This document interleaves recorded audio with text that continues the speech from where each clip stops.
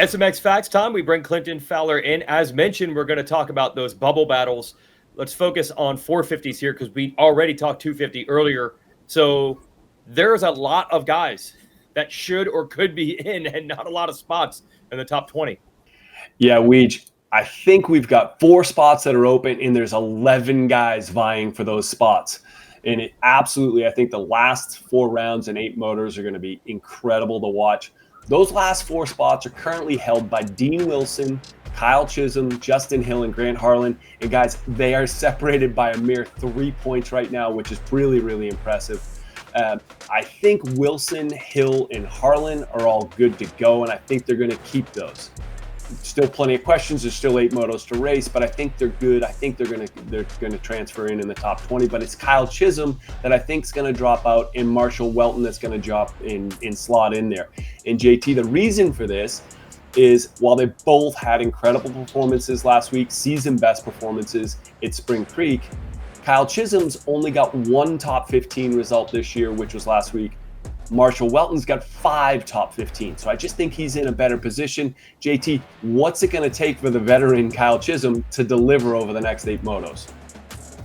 Well, we should not count out Kyle Chisholm. If he has figured out anything in this sport, it is his ability to hang around and make it work when it counts. So I think some of the tracks coming up will favor Chiz, and I also think some of the rounds that we just finished favored Marshall Welton. You think about he's from Michigan. We were at Redbud. We're in Minnesota. We've been at tracks that he knows very well.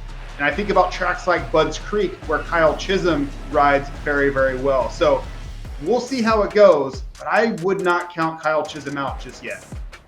Anyone else that you're looking at maybe in that fight? You said 11 riders or something like that altogether, right? There's 4 other guys. I'll call these guys the dark horses.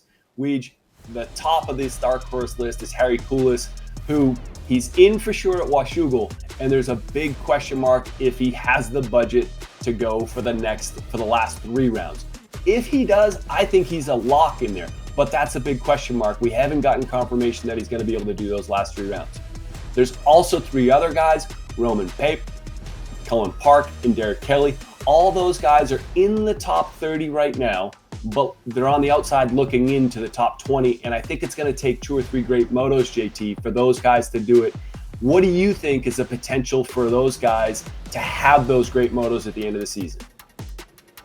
Yeah, that's why they dropped the gate, right? It's anybody's guess. I love the question for Coulis, though, because do you want to take a risk knowing how much money is potentially out there? Even though it may break the budget, are you willing to risk not having budget now and being able to repay that later with success in September? That's a very interesting question, thinking about the finances and kind of betting on yourself. We hear that phrase all the time, but he would truly be betting on himself in what he's capable of in September. But these other guys, they're really going to need some big results, right? And some riders really thrive under pressure, and others you just don't see the upside that you necessarily want. So the way this all plays out, the way it all shakes out, new riders entering the class, other riders really needing to maximize points here. It's a fascinating dynamic to watch unfold.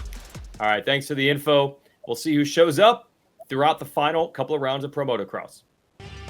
We go to Washougal. That is on West Coast time, but it will actually be a slight schedule adjustment than usual.